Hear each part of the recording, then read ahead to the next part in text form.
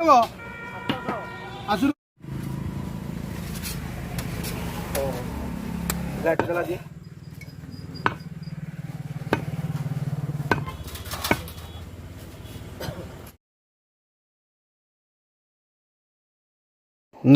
आज्ञा मो प्रभात आपन स्वागत कर मो चैनल फाइंड विथ प्रभात से आज करवा आम मटन पर आम पियाज को काटी नौ मुझे 1.5 किलो मटन नहीं 1.5 किलो मटन को मुझे पाखापाखि 120 टू 130 ग्राम सोरिष तेल को भल भाव में गरम कर प्रथम तेल भल भाव में गरम होगापर मुझे डालचीनी किसी गुजराती और लवंग पकई भाजी नौ मसला भल भाव में भाजी हो गले से 250 ग्राम पियाज को पकई नौ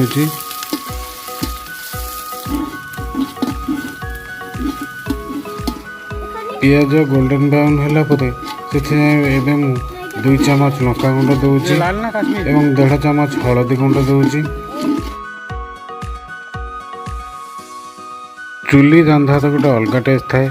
पुणी मटन स्वाद तो पूरा निरा हम एबे आम हलदी लंका को भल भाव में मिसई सारा तेल 100 ग्राम अदा रसुण बटा को या देहरे आड करदे एवं ताको हल्का हल्का कर भल भाव में भाजवा मझे मझे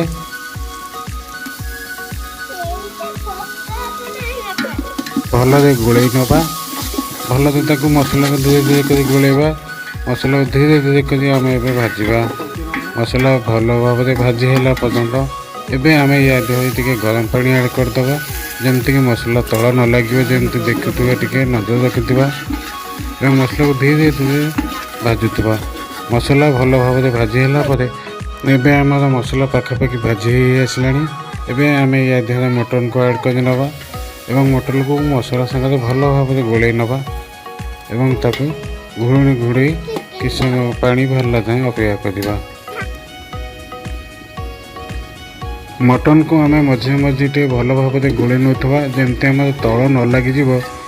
आम टे ध्यान दबा भल भाव में मटन को आम गोल सारापर घोड़े नवा वीडियो भल न लगे आज्ञा स्किप करदे एग्जिट हो कि कमेंट खराब कमेंट देवी आज्ञा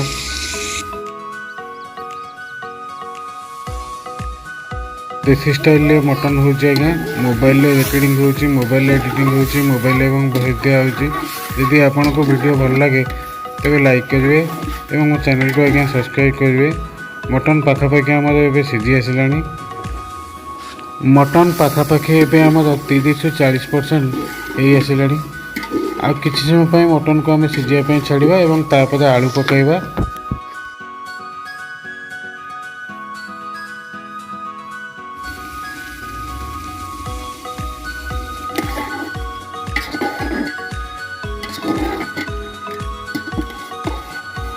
बे आम ए मीट मसला ऐड कर नवा जहाँफल भल मटन फ्लेवर आसो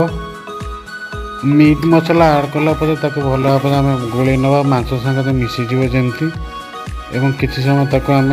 सीझापी छाड़ा मांस प्राय आम आसला एवं आम आलू ऐड कर नवा मांस सागर आलू बहुत बढ़िया लगे आपन को कई सारापर आम भल भाव में मांस सहित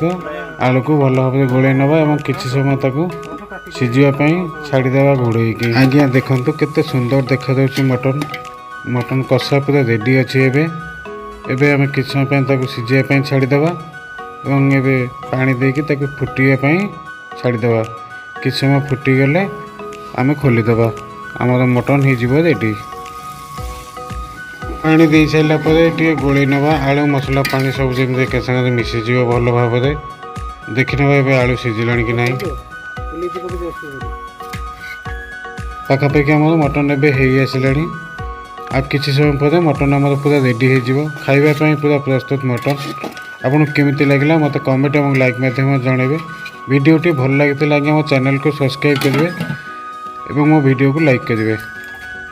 देखो आज्ञा केते सुंदर कलर केते बढ़िया लगुच देखापी और खायापी बहुत टेस्टी होती आपड़ प्रस्तुत करूँ घरे ये प्रणाली मटन बढ़िया लगे आज्ञा जहाँ भी कर चुली करूँ मस्त लगे केते बढ़िया बढ़िया सुंदर पीस देखो आज्ञा केते बढ़िया सुंदर पीस मटन सागर आम सालाड हो रोचे आज्ञा नमस्कार। ରହୁଛି ଆଜ୍ଞା। ଦେଖା ହେବ ନେକ୍ସଟ ଭିଡ଼ିଓରେ। ଭିଡ଼ିଓଟି ଭଲ ଲାଗିଲେ ପ୍ଲିଜ୍ ଆଜ୍ଞା ମୋ ଚ୍ୟାନେଲକୁ ସବସ୍କ୍ରାଇବ୍ କରିବେ।